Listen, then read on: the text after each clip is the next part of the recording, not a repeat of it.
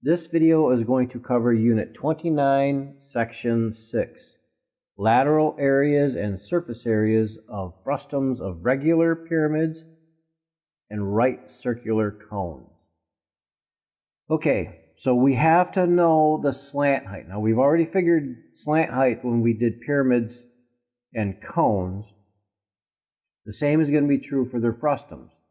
So the slant height of a pyramid is the height of the angled section. The same is true for the slant height of a cone. It's going to be the angled section. We're not talking about center to center. That's the height of the frustum. The slant height is from the edge to the edge of one base to the edge of another base on a cone. On a pyramid, it's the center of the edge to the center of the edge on the other two bases. All right, so this is on page 731 at the bottom, figure 29-28 and figure 29-29. All right, so let's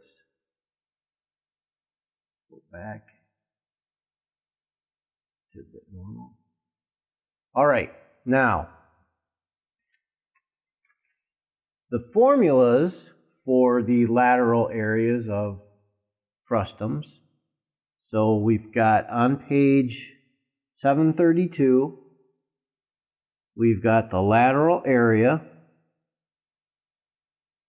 is equal to 1/2 times the slant height times the perimeter of the large base plus the perimeter of the small base. Now this works for either a cone or a pyramid frustum. Now, with a cone, we can get more specific with that, and we can say that the lateral area is equal to 1/2 the height slant height times the circumference of the large base plus the circumference of the small base. And the circumference of a circle is the perimeter of that circle. Now, with a cone, we can even get more specific in here because circumference, remember, circumference is equal to 2 pi r. So let's change this in here. So lateral area, oops, I forgot the A, is equal to 1/2 the height slant times 2 pi, and let's go with the big R, plus 2 pi little r. So circumference of the big base, circumference of the small base. Now I can factor out a 2 pi out of here. So lateral area is equal to 1/2, and let's say the height slant, and now 2 pi, and we have big R plus little r. Now simplifying this out here, 2 times 1/2 is just 1. So the lateral area of a cone is equal to, those are gone, and I would say the height slant times pi times the big radius plus the little radius. So this is the equation that you're given on page 732, about halfway down. You're also given this one as well. So you could use either one of these for a cone. So I'm just showing you where this equation came from this one, by substituting the circumference equation here for the actual circumference, and then factoring out the 2 pi, and then the 2 and the 1/2 cancel each other out, or they become 1. And what we're left with is the slant height times pi times the big radius plus the little radius. It's a little bit simpler here. Now, if you didn't understand exactly where this came from, that's okay. But just know that you can use this equation right here for a cone. And this is kind of the steps at where it came from. But even this one came from this right here, where we're talking about perimeter and perimeter.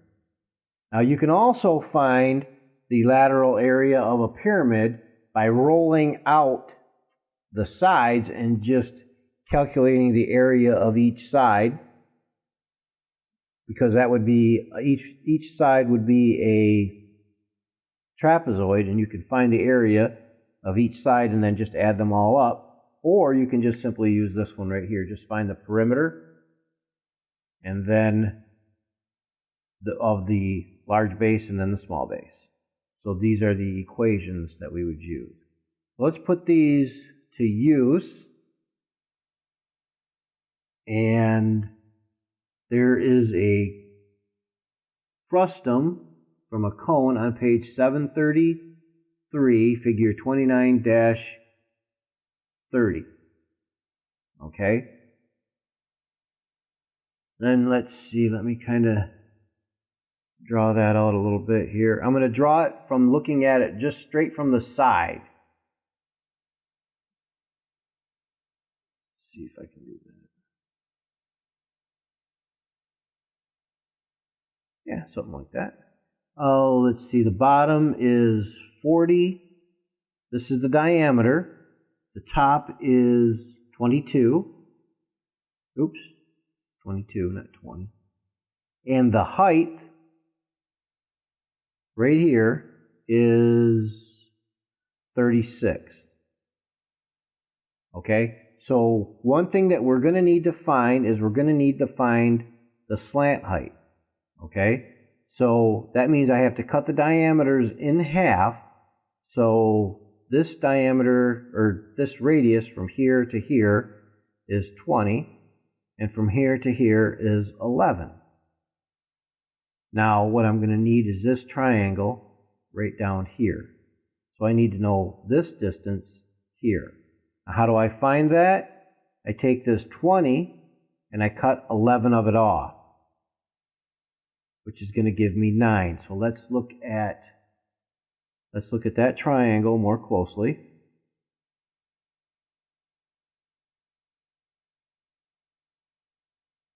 There's the right triangle. Oops, that's terrible. So this was 9, and we know this distance as 36 because that's the height. So we need to find the slant height. So how do we do that? Remember the Pythagorean theorem.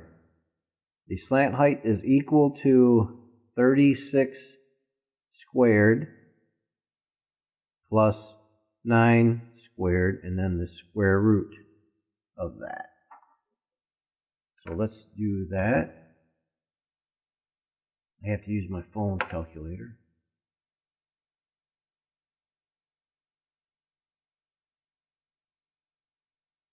So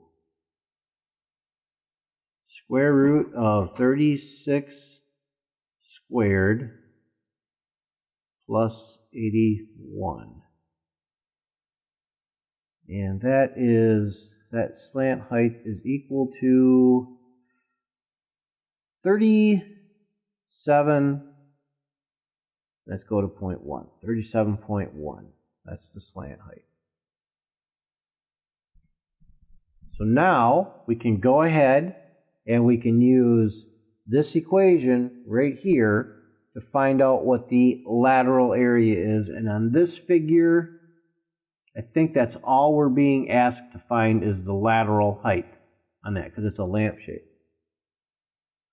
So let's go ahead and put the slant height in. Let's do it right here. 37.1 times pi, which is 3.14, times the big radius, which is 20, plus the little radius, which was 11. Now, remember, the numbers they gave us were the diameters. So we need the radius in these. All right? So that's simplified. So let's calculate that out. 37.1 times 3.14 times 31 equals, so the lateral area is equal to 3,611.3. So that is the lateral area of that figure. Ta-diddly-da.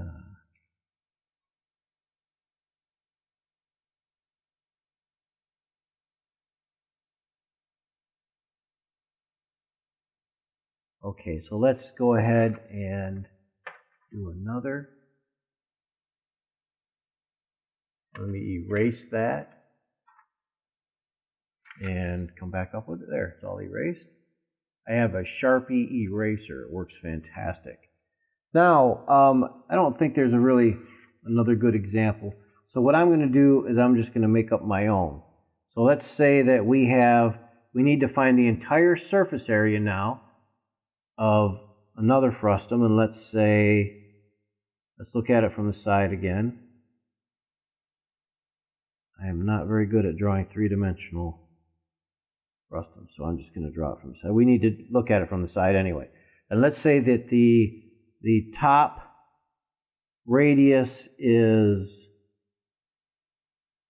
12, and the bottom radius is 28. And the height of that frustum is 14. Okay? So we need to go through the same process we just did. So what we were looking at, notice I gave you the radiuses, not the diameter. So what we're looking to find is this triangle right here.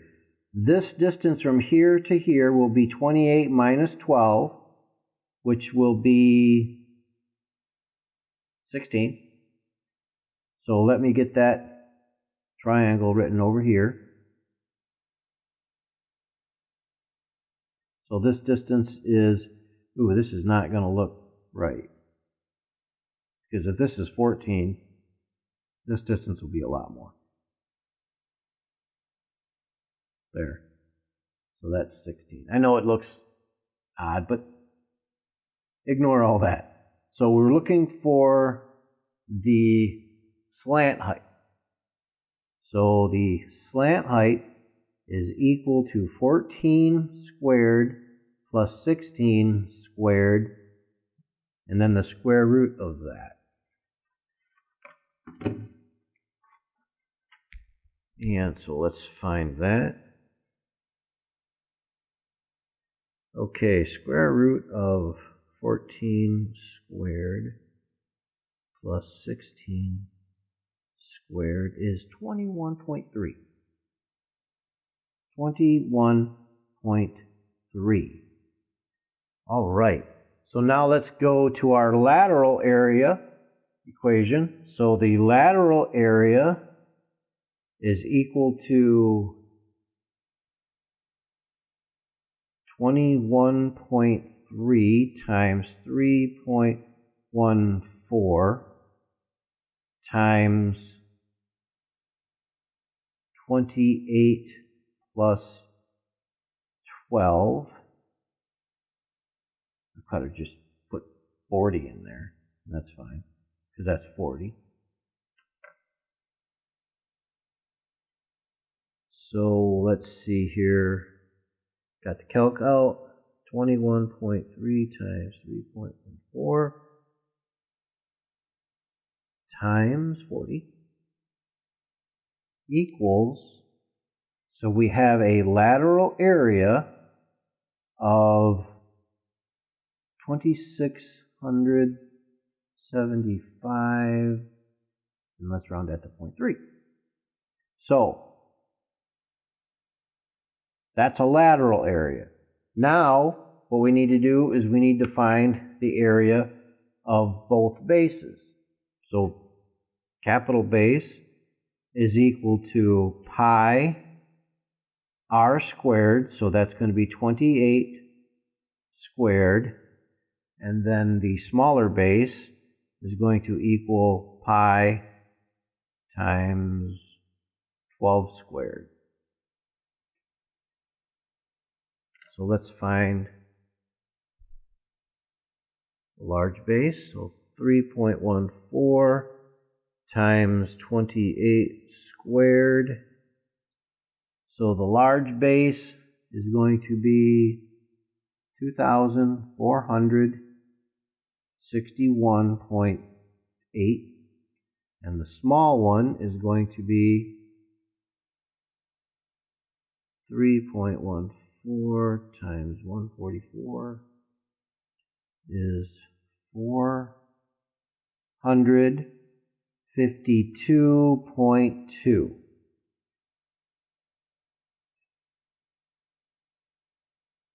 So now I just add all of these up. 2675.3 plus 2461.8 plus 452 plus 2 equals, so the surface area is equal to 5,589.3. Okay? I usually draw, I think I mentioned this before, but I usually draw the cone frustums because they're just easier to draw and they're easier to, in my mind, understand because I can't draw a three-dimensional pyramid to save my life, but I can draw a three-dimensional cone somewhat better. So I almost always draw the cones. It doesn't matter. Basically, it really is the same equations, like I showed you before, just simplified down.